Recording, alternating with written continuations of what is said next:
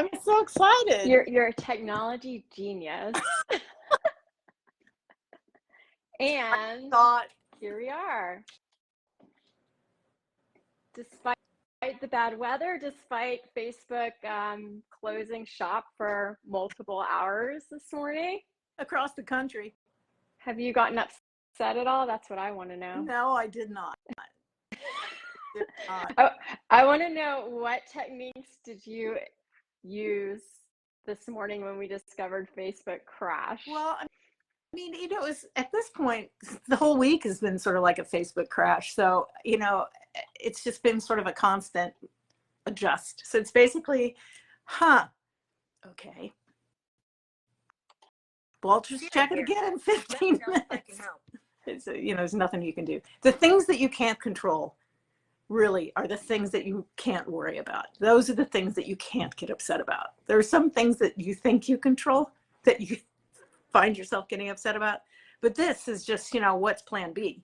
LinkedIn, is this just more drama for a book called Upset is Optional and it carries over to the next day? I mean, there was some dark chocolate consumed. Tanya Brockett says congratulations. Oh, thank you, Tanya. Thank you, Tanya. You did the editing. Yes, Tanya, we're here. We did it. It happened. It's been 6 years or so? Like it did. Amy made me do the timeline today. I hate to do the timeline of my life. I was like, when did you start this?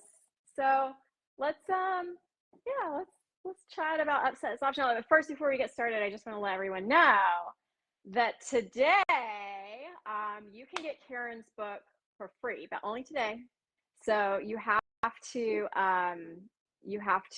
go get the Kindle version, which is for free. And I'm going to drop that. Hopefully, I'm going to drop this into the chat while we're talking. And let's see, I'll figure that out. But while I'm doing that, Karen, can you tell everybody how did this idea for Upset Optional come about? So, it is not an original theory by any stretch of the imagination. I mean, I went to Thai Sophia, which is the first accredited acupuncture school in the country, I believe, certainly on the East Coast, in a program to learn how to be a healing presence with words and actions versus the acupuncture needles. It was fascinating. Kimberly's on. She and I were in the same class. And I was there from 2007 to 2009. So I got pretty steeped in it while I was working for the naturopathic profession. And later, as I started to move on and change jobs and all of that, Bob Duggan, the founder of Thai Sophia and my mentor, created a new program that took all of this amazing philosophy and, all the teachings and the readings and everything that we did and boiled it down into these very simple practices for people to learn and to use with their families and friends and in the office. And so we had this great cadre of people for a couple of years that just worked on this and met once a month. And it was really enlightening. It was so practical and so accessible. And that's really where the whole Upset is Optional sort of began. Now, I've rearranged the practices in the book to sort of suit my learning curve and the way I use them. So they're a little different than some of my colleagues who are on today will remember them in terms of order, but they're the same practices that Bob taught. I wanted to ask, and Karen gave me an advance copy, so I got to get a quick read of it, but I'm so excited to actually purchase the book today on Amazon, and it doesn't look like I can actually put the link in there. I don't know why, but maybe because I'm on live with her. But if you go to Amazon and you just search Upset is Optional, Karen Howard, and Karen, I'm sure you posted a link earlier today on your Facebook page? No, because when I went to do that, Facebook was down. Well, we will post it and we're going to hype it a lot, but do make sure that you go get it. But one of the things I wanted to do today is kind of get into those personal stories. There's a lot of personal stories in there where you talk about your life and how you use these practices. But, you mentioned going through this originally and learning the practices from Bob. Can you give me a specific situation where you're like, this works? Because, I think that's like that for us in a lot of things, like first time meditating, maybe something happened and you realize, oh, this meditation does work, I'm going to do it. Or even exercising, like something happens and you're like, okay, I'm going to make this part of my lifestyle. You've obviously made this practice part of your lifestyle, but I want to know, what was the first aha moment where you were like, okay, this really works? You know, I'd have to say it was probably with the kids.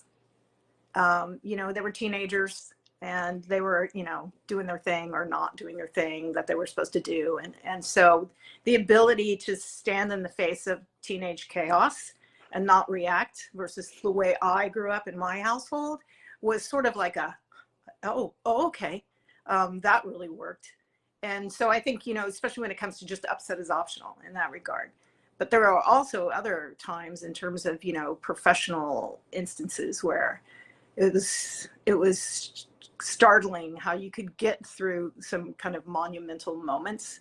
And I think from a personal perspective, the ability for me to leave a marriage of 25 years was greatly enhanced by all of these practices combined. I mean, I having had a previous marriage can tell you that I was not successful in that at all.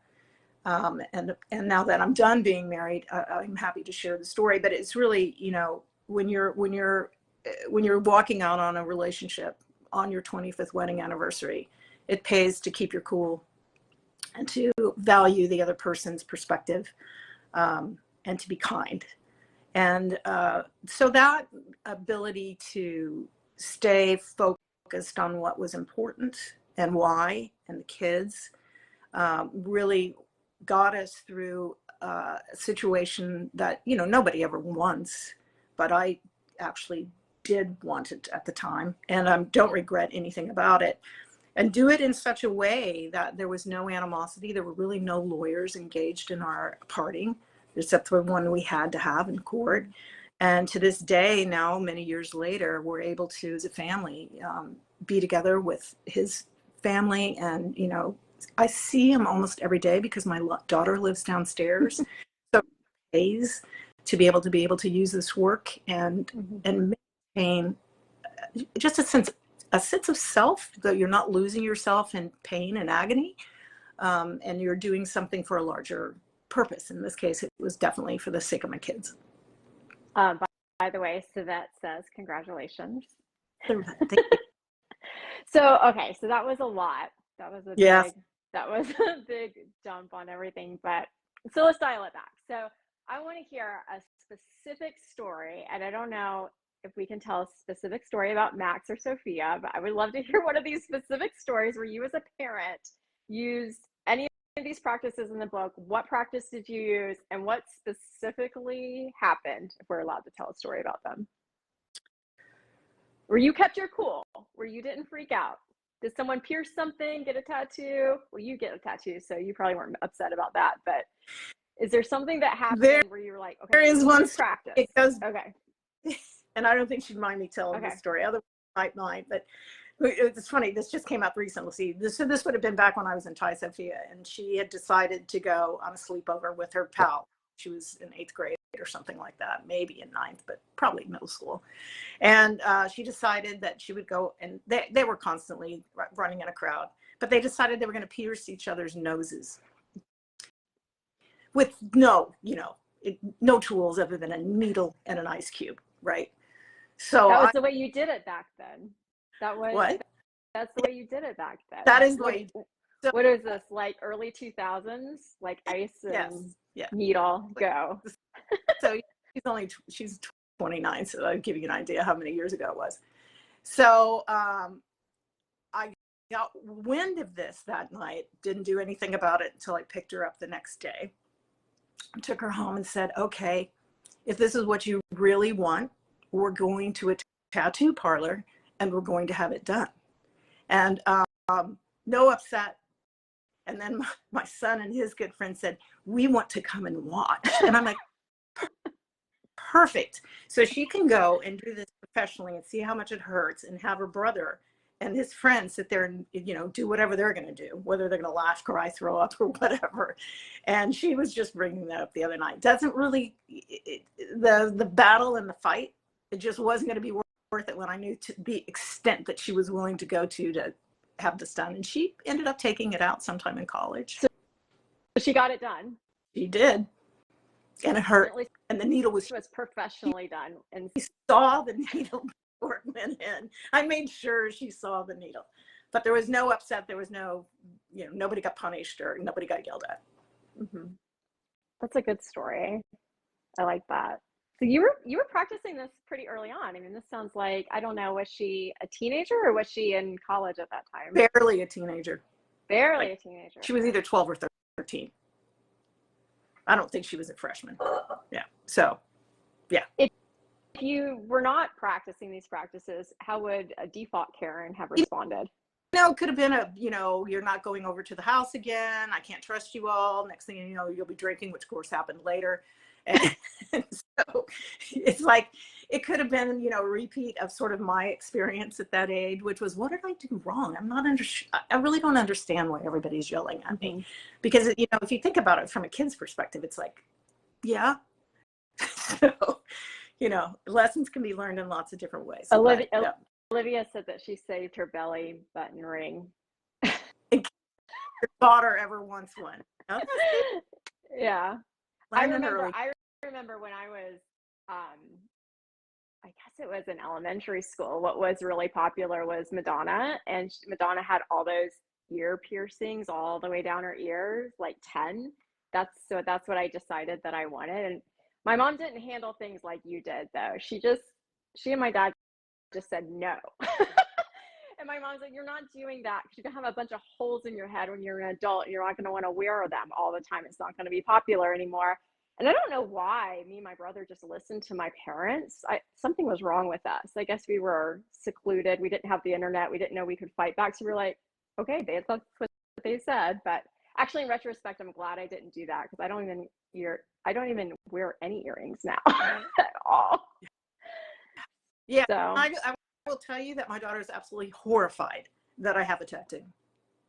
Is she? Mm-hmm. Does it prevent her from getting one? Yeah. Does she have a tattoo? No. She makes me cover it up if I am around her with my sleeves up. Clearly, it's not cool anymore because you are the one.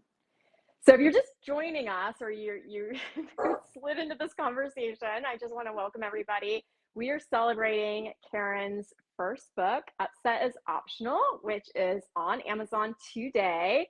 If you go to Amazon and look up Karen Howard, Upset is Optional, you can get the Kindle for free, but only today. Tomorrow will not be free, so make sure you get it. There's a lot of these very personal stories in her book, but stories that she used these practices. So I want to talk about one of the practices now without giving away the entire book. But can you tell us, out of all the practices that you cover in the book, which one, and hello, Kimberly, she's excited to be here. Which one is the one you probably go to the most? Which was the most used practice that you've been using since you've started this? Is it the deep breathing? Is it the reframing? I mean, I don't ever breathe, so I need to learn that one. I probably need to read that chapter multiple times. I deep breathe. That is probably the most common one that I use. I mean, okay. I use it a lot. I think the one that's had perhaps the most impact, though, in terms of the direction of my life, is serving the 7 generations in acknowledgments. I've come to learn that, and this was kind of early and still, and I can remember with my friend Elena Lumbie going down to the mall, and there were the grandmothers from all these native tribes were collectively gathered to drum at the bottom of the Washington Monument. It had just such a significant impact on me. You just can't forget that kind of beat once you've heard it. And I've learned over time that I am most effective when I serve 7 generations, and that's the 3 that came before me, the 3 that are to come, and the 1 that I'm in. And anytime I stray from that, or the work strays from that, I am miserable and unhappy and quit. So the water bottling company, which is a story that's in the book, is a really good example of that. It seemed like it was going to be a great project, and it was going to be heartfelt and really bring some really cool innovations into bottled water. And it turned out that the funders were really just all about bottling water in plastic and selling it. And I was like, 12 months in, I'm like, I'm out. Cannot do this. It's soulless work. So that's the one that is a real guidepost for me. And that was an actual practice that you learned through Bob's teachings, right? The 7 generations. That's not something you came up with.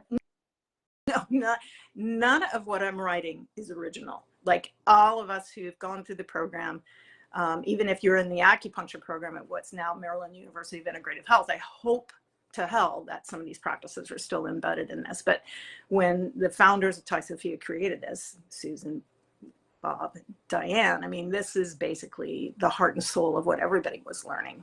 So, you know, Kimberly can probably attest to that as well. I mean, she, you know, we were in class together for a very long time. So I think that, you know, that is really, I mean, it's grounding work. I will say you can read the book and you'll enjoy the book. You should enjoy the stories, and you have to practice. It's not going to come to you on a regular basis every day. Every time you have a situation arise, you're not going to think, oh, let me reframe this. Right. Oh, and I'm supposed to be on a meeting. So it's like you really do. And so to that point, I'm going to create a fillable PDF and make it available on the website, which is websiteisoptional.com. Pretty easy to remember. You can just put a note in there and ask for it so that you can have a sheet like we used to do, which was what's the practice? What just happened? Where did you feel it in your body? What did you do to release that tension, and how did you feel afterwards? And you could find my like world, it was just a world of post-it notes, and then I would have to take 6 weeks of work on one practice and report it and writing to my teachers. So that is upsetisoptional.com. So that's Karen's book website. So go check it out, upsetisoptional.com. And I want to go back because you said it really fast. So just in case somebody has not learned these practices yet or hasn't bought your book on Amazon, which is on Amazon today, so go get it for free. And go back and open it. Open the book. Go back to the 7 generation thing. Can you say that a little bit slower again? So what is the filter? So it essentially is like acknowledgement is really your filter, right? So we go through life pretty fast and furious these days.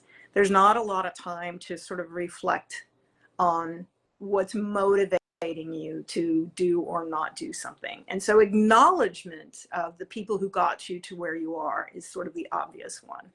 But the other piece of acknowledgement is that what is your intention on this planet? Why are we doing what we do? What is the value of your work, and what is it that you, if you want, leave a legacy?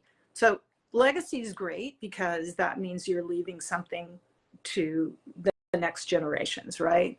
But honoring the people who got you to where you are is equally important. And that's not just, and I do honor my mother. She has taught me a great deal over the years about what I want to be and who I am. And so I have to honor those generations that came before me. And I don't do work that's not in service for the future. And that's where those 3 generations on the others on the sides. And then of course you have where you are in the moment, because you can do a heck of a lot of damage if you choose, and you can do a tremendous amount of good, and you can do both. And you will do both, nobody's perfect. So that to me became a very, that's a linchpin for me to be able to articulate that to people and say, they're like, do you get this question often? Do you like your job? And like, I love my job. Like, I adore my job. It's hard. It's been like really hard the last 2 months. And I really wouldn't for anything, because I still feel like I'm serving and honoring the people that I value most, who got me to where I am, and the generations that came before me. And I'm doing work that makes a difference for the next 3 generations. So that's why it's so important to me. And Kimberly says your website looks great. So thank you, Kimberly. And Tanya, I think threw the link in the chat for the Amazon. So thank you for helping us out, Tanya, and please do that. And go there, because you're going to find Karen's book, Upset is Optional, which is out today. She's a first-time author. Please support her. And go open the book. Go open it up. It's free. I want to go back to the gratitude piece and what you just said, because there is something in the book that when you wrote it, I was like, yay. I'm so glad she said this. because I have to tell you, I feel incredibly guilty whenever I find myself watching award shows. I feel like I'm looking at a gossip magazine or something because it's all about celebrities, and they're doing is just getting up there and getting an Oscar or an actor or something. And when I read in your book that the reason why people watch award shows is because it's all these speeches that are filled with gratitude about how, they made it in their career. And then it just hit me. I'm like, well, I'm watching it because I'm gravitating to that, and I think that that's an interesting point. Now I don't feel guilty about watching award shows because it's interesting to me to see how people show gratitude, because it makes me always think about how am I showing gratitude in my life. Do you watch award shows?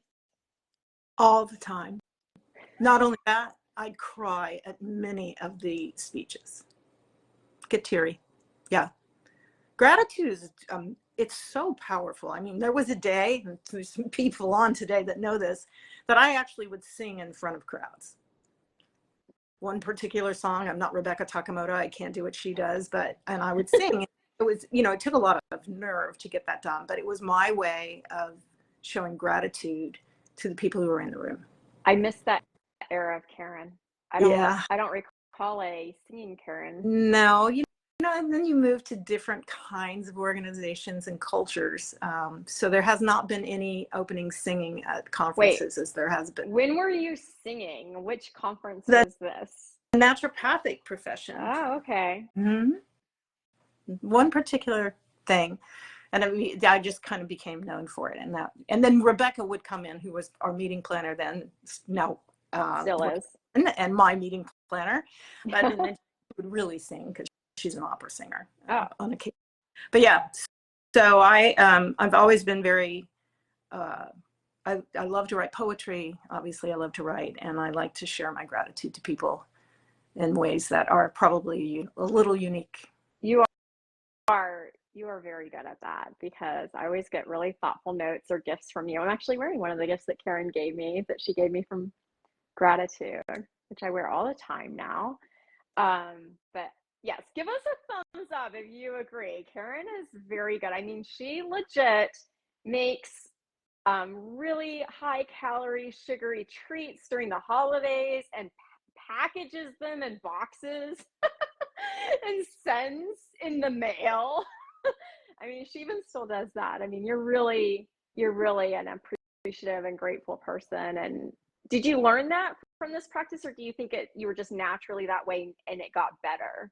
I think, yeah. So I'm a person who was raised by two people that honestly wasn't really sure either one of them was my parent, but I do think it comes naturally to me. And and oh, by the way, that sugary treat, there's nothing natural or organic about it. I know, it's so counter to it's an epic, your 7-generation situation, except the gratitude part. Oh, to the 60s. That's the generational piece. But it's Servet. It is pretty good stuff. I have says best peanut butter brittle ever. True. It'll no, like crap ingredient. Your teeth will fall out. Oh, it's bad. But it came from a cookbook. This is my rationale. It came from a cookbook that my mother helped put together many years ago. So that's kind of how I justify it. And it's the holidays. What the heck, But yeah, I do like to do things like that. I enjoy it. I want to talk about Mom because I know that she's in the book. Yeah. Hey, Mom. You're in the book. You probably knew that already. I do want to get into that a little bit because it is hard sometimes to talk about that mother-daughter relationship. But if you're just joining us now, we are here because we're celebrating Karen's book release, which is today. Today's the big book launch day for Upset is Optional. And if you go to Amazon and you grab the Kindle version, because it's free today, but only today, check it out. And let's get into a mom story here. Now, you just said you weren't sure if either of your parents were your parents, which I'm sure many of us at some time or another have wondered that. My mom used to tell people when I was little, they would often ask, so where did she come from? Because I had this bright red hair, more red than it is now. And my mom looked like a good Italian Irish girl, and my dad did not have any visible red hair. And my mom would always say, "Oh, she came from the milkman." And this was a funny joke for a really long time until I picked up on it. And when I could speak and people asked where I came from, I said the milkman, and then it wasn't so funny anymore. So she stopped. But on a more serious note, with your mom, give us give us a story. I want to hear a story where something happened and you could have gotten really upset, because I know it's so easy to get upset with the people that are closest to us. What happened? Which practice out of this book did you use?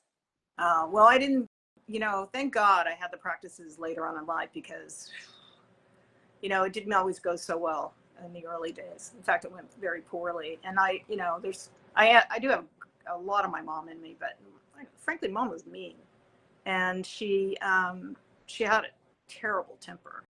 So as we got older, we all had kids, and we were, doing our best to have a moment when we could, be together. It wasn't until closer towards the end of her life when I was able to pull this off, and I'd had this training. I mean, there were many times when I would just leave. So the last time I think that I can say that really worked well was I'd been called down by the siblings to go do the mission, and I think the problem was that it was almost Easter and there were still Christmas decorations up. So I called and made a joke about that, saying can't really celebrate the resurrection if you're still celebrating the birth. Ha ha ha. So I get down to South Carolina, walk into kind of what was going to be a mess, just things not going well, and obviously with 2 sets of decorations going up. So I made a commitment on the spot, right? Well, pretty much on the way down in the plane. But as I walked in the house, I realized what I was really dealing with. I literally stood in place and felt my feet on the ground and grounded myself and said, "This is about her. Like, keep your garbage, leave it outside that door, and just be with her and listen to her, and do a lot of yoga," which I did while I was there. And honestly, it was probably the best visit that we had had in 10 years.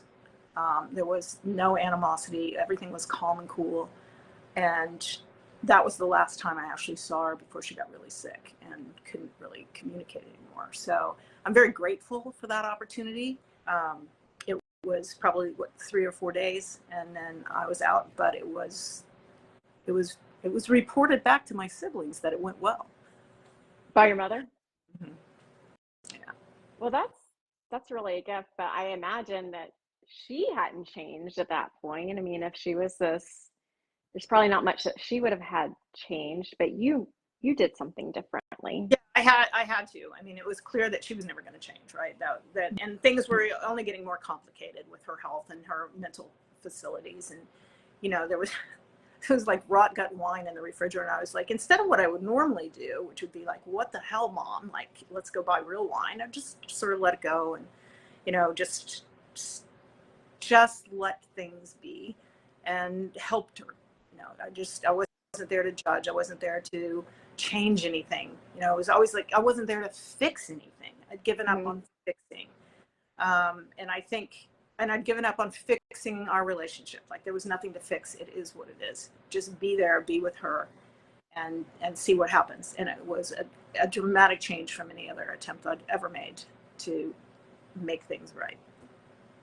Well, Kimberly just mentioned that she purchased the book, so we hope you follow Kimberly's lead and also get the book. And actually, it's free today. So if you go on Amazon, you can get Karen's first book. Today is book launch day for Karen. Upset is optional, is what we're talking about.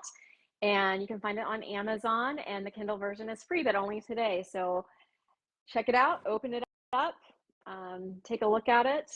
And a lot of the things that you just said to me about that last visit with your mom before she got really ill, and I guess dementia set in right after that. So I'm glad you had a good last visit. But a lot of the things that you just said really resonated with me. I'm sure it did with many people watching, about letting things go and not making it about you? Are these part of the practices, or what out of the book did you specifically use in that last visit besides breathing? Well, Sounds like you were breathing a lot if you were doing yoga. I was breathing a lot, but I was also just, being present in the moment. And And that's a practice. That's one of the practices in the book, right? yeah, I mean, being present is really important. But that's staying out of upset. And so, you make those choices. And the other thing I think has been really important is like upset is optional can sound really trivial, except when you pair it with suffering is not. So suffering happens, as we know, especially in our world today, that there's enormous suffering in the world. And it's not that we can't do anything about some of that suffering, but suffering is inevitable, and we will all experience that. Upset, on the other hand, is completely your choice. You really do have power over that. And yes, it does take practice. It does take practice to not be reactionary, to actually deeply listen to someone. And I think that's one of the things that probably worked well for me in that visit too, was just the fact that I was going to listen. Whether it made a lot of sense or not was really irrelevant, but I was going to hear her and she was going to have my attention. And with two people with strong personalities like ours and who talk incessantly, that's kind of a novel concept for one of them to shut up. And that was going to be me. So that deep listening, I think, probably made a lot of, difference. I also think that we live our life in a ton of story, and there is nobody who loves a good story better than me. I really do love story because I want to write a fiction book that's killer. and story about my mom's upbringing, and there's some great story there. It doesn't really help. It's just stories. But the phenomena that's in front of you, the person who's in front of you, whose attention that you have, is what you really need to pay attention to. It's like, okay, is the house in disarray? That's phenomena. Is it because of X, Y, or Z? Well, you're kind of working on a story there. So paying attention to that, like her driving, like, Mom, like that was where we were supposed to go left, is phenomena, instead of, oh my God, she's losing it, she shouldn't drive anymore. Which is, so that differential in the book, I think, is, it's really helpful for a lot of things. It's like, if you have a dog like we do, dogs don't make stories. They're just four-legged phenomena.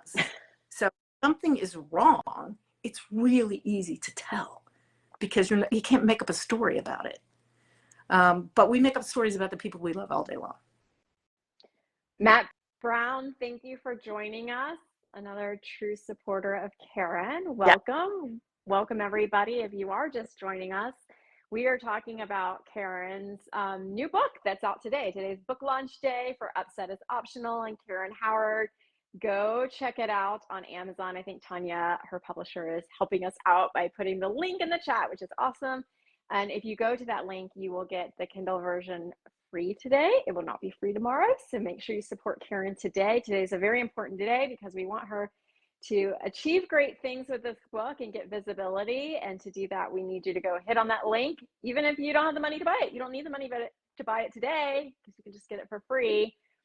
I want to go back to Mom, because I think whether you have a good relationship with your parents, your kids, your spouse, it's always the people that are closest to you, I feel like. And I would say this for me too, sometimes even clients, like, there's triggering words that people say that make you react. What were some of the triggering words, do you remember, with your mom, that you had to really just go, okay, don't react to this, let it go, breathe, and stay present?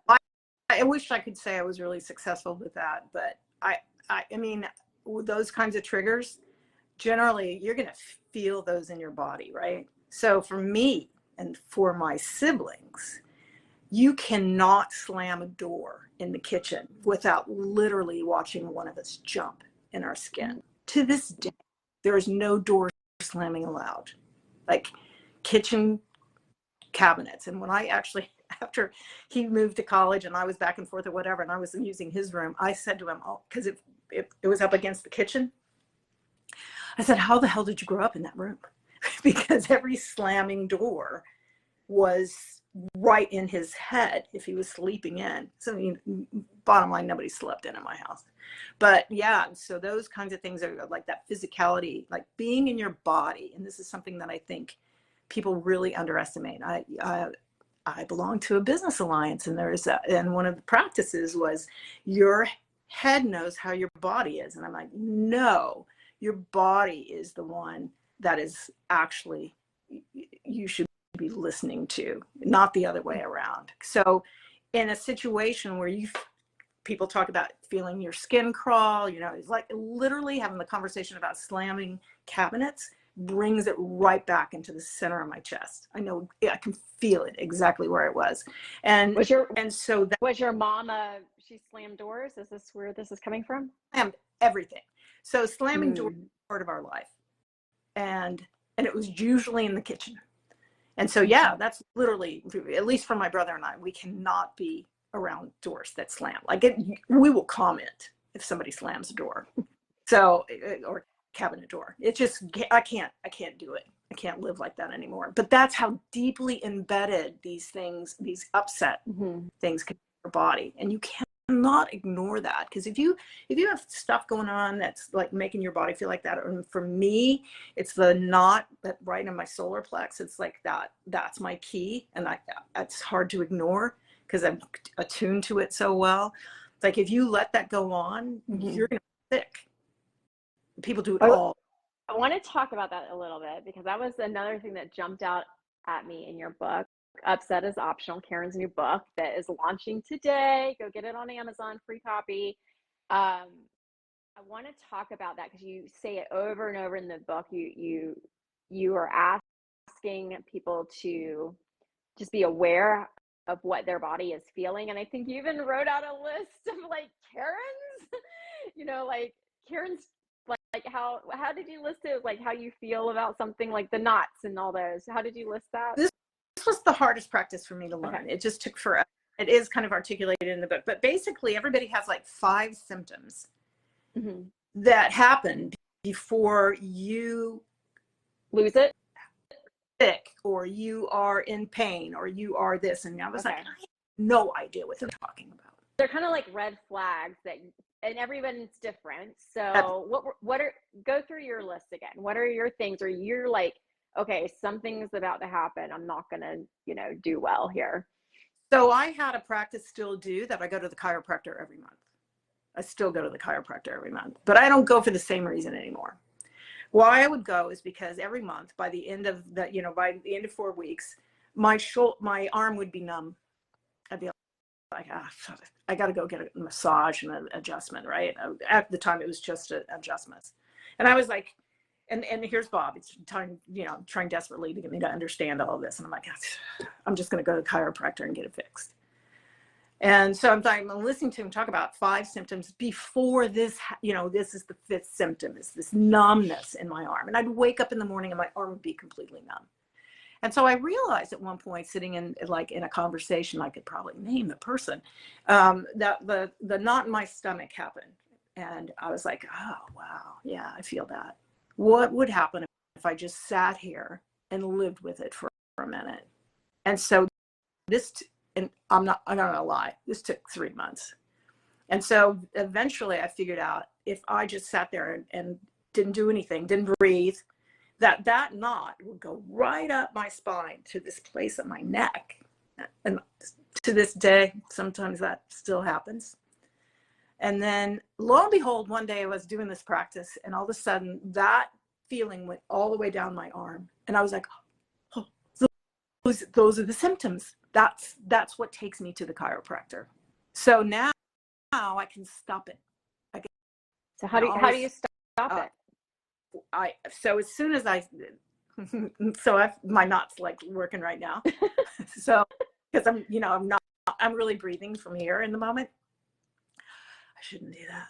I would say that, knowing once you figure out and sometimes, it's easier when you think about, at least it was for me, when Bob was using examples like people with asthma attacks.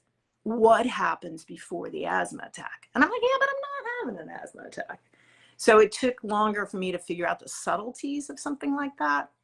And so that when you're upset and the knot stop, can you stop the knot? Can you stop the knot? And maybe you can't. Maybe you're in a situation where you're on like a deadline, or somebody's, you're in turmoil at work and you think you can't stop it. So then, of course, you quit breathing. You're breathing from here. And then the next symptom will start to flare. So it's been years since I've woken up with a numb arm. I can't even remember the last time it happened. How do you stop your knot? Oh, I breathe. You just stop everything that you're doing? Mm-hmm. And you get good at it. You can be in a room and have something going on that's really unpleasant, and all of a sudden you're really like, quit breathing, did you? Okay, let's just stand here and breathe. It doesn't really stop your brain from working. You can do that. Enhances your brain power. Breathe, think at the same time. Yeah. So as I'm sitting here, like, looking at the time and realizing how fast I'm talking, and I'm like, you've quit breathing again. So I've had to tell myself to start breathing at least 18 times in the last 40 minutes. All right, well, keep breathing. I'm going to give you a break right now. I'm going to just welcome everybody again. Let you know that we're here because we're celebrating Karen Howard's book launch, Upset is Optional. Upsetisoptional.com if you want to learn more about the book. She's going to be having PDFs, worksheets there soon. But today we really want you to go to Amazon because this is going to help her be a success as an author. And the book's available on Kindle for free today, only today. I want to get into, so we've talked about some of this personal stuff. I definitely want to circle back to that divorce discussion because that is super juicy. We want to get into that a little bit more. But before we go there, I want to talk about work because I see a lot of people on here right now that we know through work. And I want to know how to use these practices in work. So can you give us an example of a time, it can be recent or a long time ago, that you're allowed to share, where something happened professionally and you had to tap into one of these practices? What happened and what did you implore to keep yourself from screaming and slamming doors? That I don't do. I never slam it. So yeah, so many opportunities to share stories like that. I mean, there's a very recent one. I don't know if you want to share that one or we want to go back in time. For a lot of us, it's the elephant in the room. So I think many people are on this video are aware that Mercola, the company, has gone through an enormous amount of upheaval in the last few weeks. And it caught everyone by surprise in terms of firing senior staff and two staff, including the CEO, and then also Dr. Mercola fired his own sister, who's the editor. So it's shocking, and for those of us in the Organic and Natural Health Association, we consider ourselves a bit of a family. So we're all pretty tight, and we all care about each other. At least I like to think that, because that's the kind of place I like to work. And so that was really hard to hear, and really hard to deal with, because it has multiple layers. It has the personal layer. It certainly has a layer for the association of my members, and then it has a public perception layer with the people who know organic and natural but aren't a piece of it. And then there's the other piece of it, which is even more complex, is the consumers who rely on the company. So very, very complex. And it requires, in a situation like that for me, it required more than deep breathing. Like, it required me to really look at sort of that acknowledgement and listening component of it, and trying to figure out how to reframe the situation so that people could hear the rest of the story. You know, there's still a lot of story making going on, and there are stories being written, and a lot of that content is phenomena, but there are still people who are upset about it, with good reason. There are people who are worried about organic and natural. And so I had to find my center quickly, because it happened, this is our 10th anniversary year, shocking as that is. And the interesting place of where I landed on, like just literally stopping and breathing and figuring out how I needed to be in that moment was all about going to that acknowledgement and the work that I do. And my conclusion, and it's still my conclusion despite continuing turmoil around the issue, is that I am responsible for an organization that represents the best supply chain in the world in terms of quality and integrity. And my members have invested in that deeply, in large part because one major company demanded that that supply chain exist. And whether that company exists further or not, or whether I'm affiliated or not with that company anymore, I made a promise and a commitment that I would honor that work for them and ensure that they would continue to be financially successful with the investment that they have made. And that consumers would be able to trust brands that use that supply chain because of that deep commitment. And that has not changed. I mean, I get a lot of questions about how, well, you're just so optimistic. And I'm like, well, I believe in your work. I believe in the work that we do on your behalf. And I have no reason to believe that additional brands will not come on and understand that once we're all speaking from the same tableau. So that has, and on occasion, I've found myself extremely, suffering. Suffering does happen, but I have found myself in really, strong, disheartening state for people that I care about very deeply. And I have to go back to that. I just go back to that. And that's really about acknowledgement and service, and that 7th-generation piece of it. There's no reason for me to give up on what we have because I believe in the people that got us to where we are.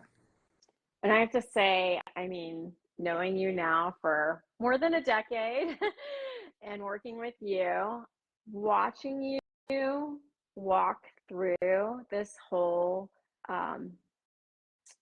issue and turmoil with Mercola has been really just inspiring to me. And I think it's a testimony to what you've just written in your book, Upset is Optional, because clearly you've practiced all these practices that allowed you to walk through that with such grace. At that point, I was even on one of your board meetings that you asked me to come on for organic and natural, and just watching how you responded to other board members. Then we went to IHS, Integrative Healthcare Symposium, and watching how you responded to people in the industry.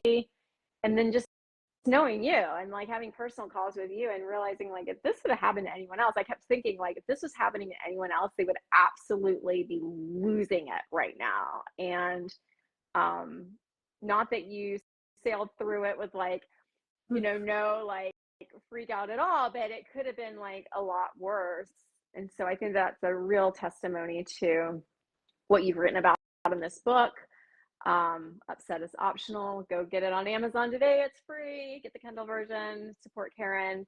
I mean, but that alone, that story alone is, and just seeing that and witnessing that now, I mean, that alone would prompt me to read your book, which I have skimmed through because you gave me an advanced copy, but I'm gonna definitely order the hard copy version too, because I think that it's amazing, just kind of watching you in your career, and you're such a leader, and all these practices. I want to go back to some of the personal, because we are starting to wind down a little bit, but I want to go back to what we talked about at the beginning, because for me, one of the things in the book that really, I mean, just put a chill down my spine is that your mentor, Bob,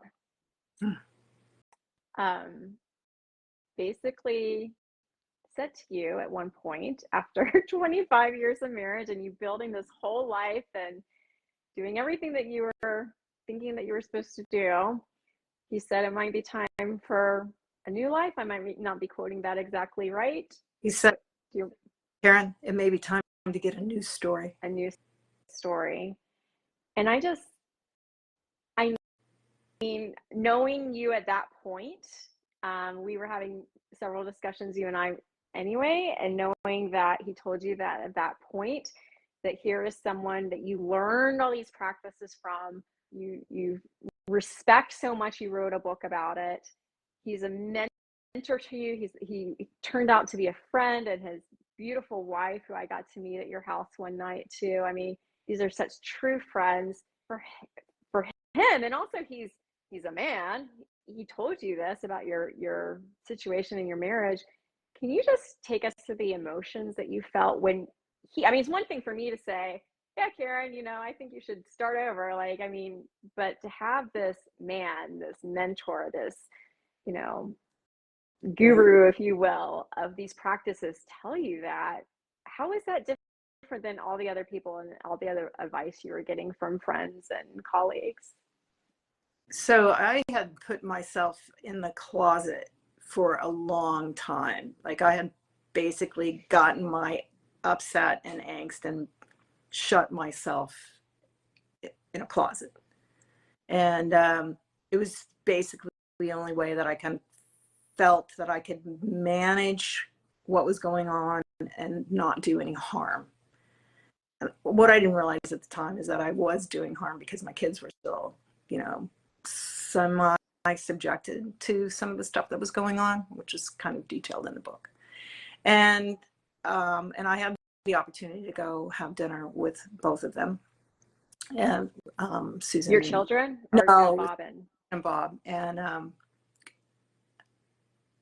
as we were having the conversation, and I was listening to myself with this story, for him to just say,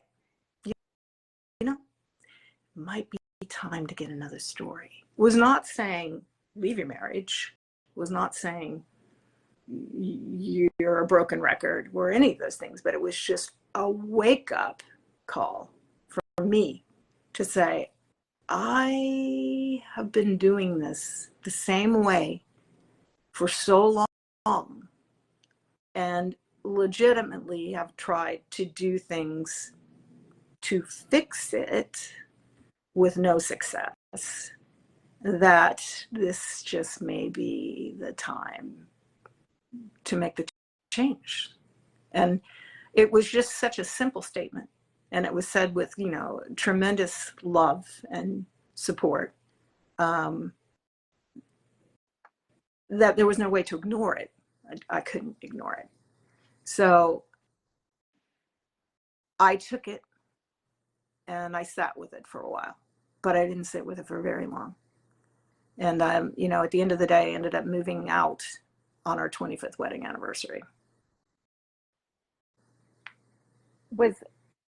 I know it's so hard to make a decision like that. And there's, of course, several things that lead up to it. Would you say that Bob's comment to you was the pivotal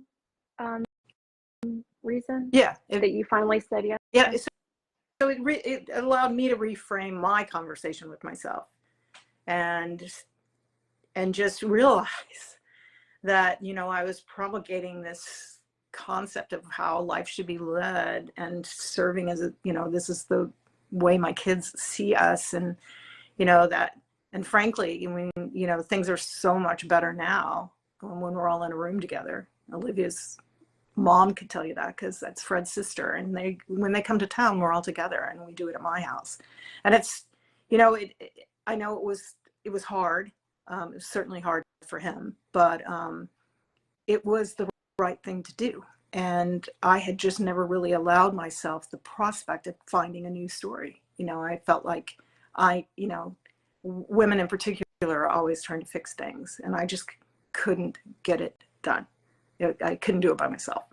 So it was the right thing.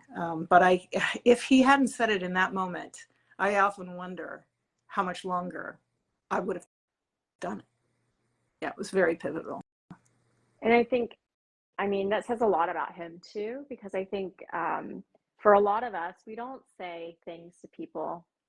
We say, well, that's none of our business. And we just move on. But I mean, how valuable it is that you had him in your life at this time, in these moments, um, that you were able to get that feedback and do something with it. And hear it. And Does actually, Bob know? Does Bob know what your new story is? yes, I did get that. I mean, this all happened. I looked at, you had me do my timeline today. I was like 2015, 2016 were just insane years, but we lost Bob not too long after that. I was actually at Supply Side West in Vegas, and it was fairly unexpected, I think, for everyone. So I asked Susan if he knew that I had left the house, and she said yes. So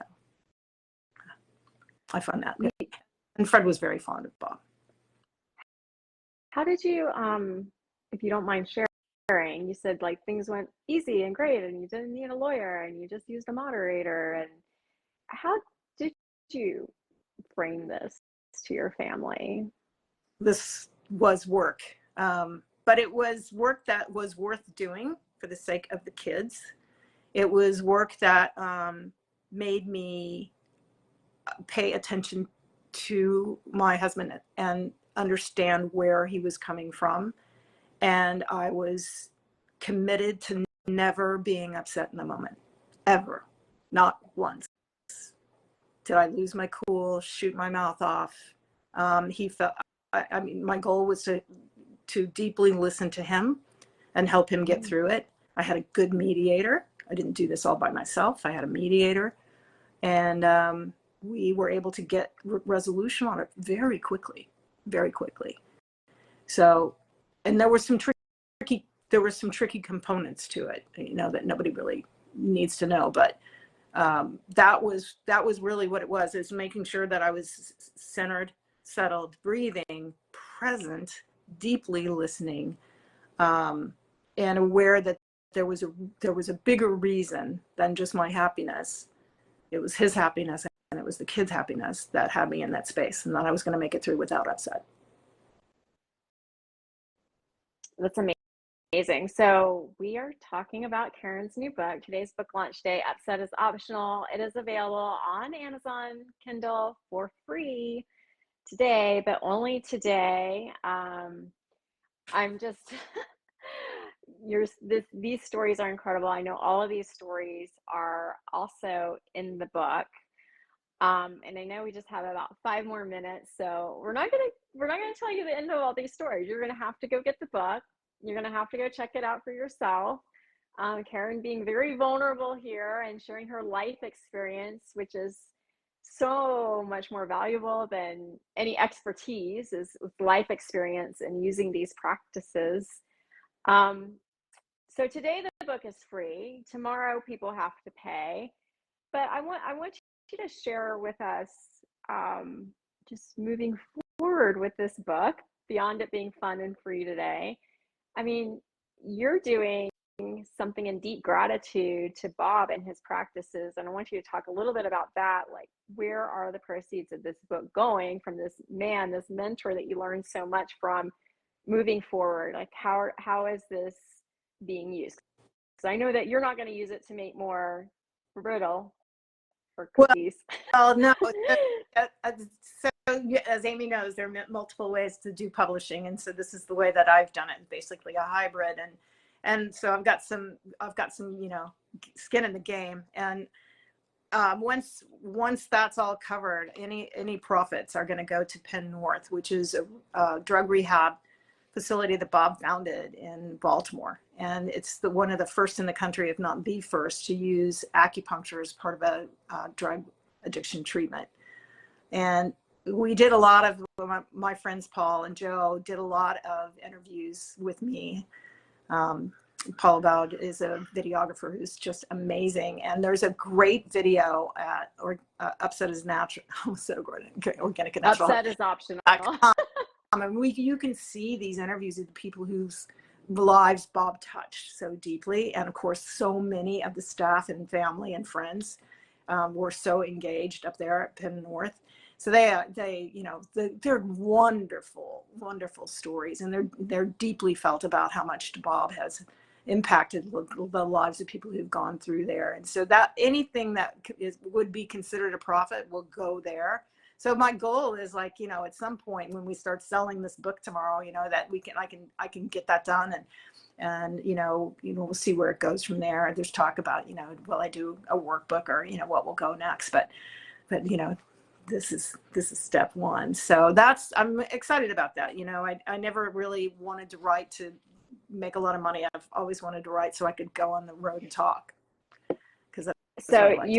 You have to watch this video Karen is talking about. Go to upsetisoptional.com. If you scroll down, the video is right there. And you mentioned Paul about, is that how you say his last name? I mean, documentary level. Yeah, he is a I started watching it, and Karen told me that I did some interviews, and we went down to this place and we watched this, and I was like, okay, I'm watching it. And for a moment I was like, this is a documentary film that like belongs on Netflix or something. And then I hear Karen's voice like asking all the questions. I'm like, wait, is that you? She's like, yes, I told you I did all these interviews. So Karen worked with Paul. Paul made it look amazing. But these stories that are told in this video, I believe some of them are in the book. Is that right? Yes, some of them are in the book. Some of them are actual patients of Bob's and people that I was in class with. And so there are some great stories from the book. Yeah. But you have to watch the video. It's amazing. You have to get the book. Upset is optional. It is available today on Amazon and on Kindle for free. So if you love Karen, as we all do, if you are interested in this at all, if you want to learn how to not slam the door or cabinets or scream or pull your hair out when your kids do something really crazy, like pierce their nose, you have to get this book because it will help you. Karen is living proof and testimony that these practices work. And this has been so fun today, Karen, like just chatting about. Good to you, my friend and partner and kind. I mean, Amy's also got her book proposal out there, so we'll be doing this for her before you know it. But no, I can, so much of this is, you've lived it with me, Amy, and I can't thank you enough for being there every step of the way. It's been a long time. I was reading your book and I was like, wait a minute, I know more about Karen than I thought.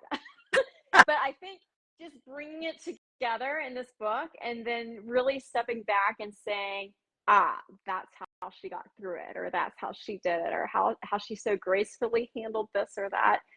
You'll really want to get a copy of this. Again, Upset is optional. Go find it on Amazon today. Kindle, Karen will put all the links on her Facebook page so you can find it. And go visit upsetisoptional.com later. Watch that movie tonight. Karen, thank you for inviting me in on this book launch. How exciting. And thank you everyone for joining us today and being such strong supporters of Karen and her work. And this has a real charitable edge to it. This book is going to help so many other people at this Penn Drug Rehab Center too later that Bob was so involved with. And so thank you for taking what he taught and really sharing that with the world in only the way that you can through your story. Thank you, Amy. And thanks, everybody. It's been a lot of fun. I hope you enjoy the book. Bye. Bye.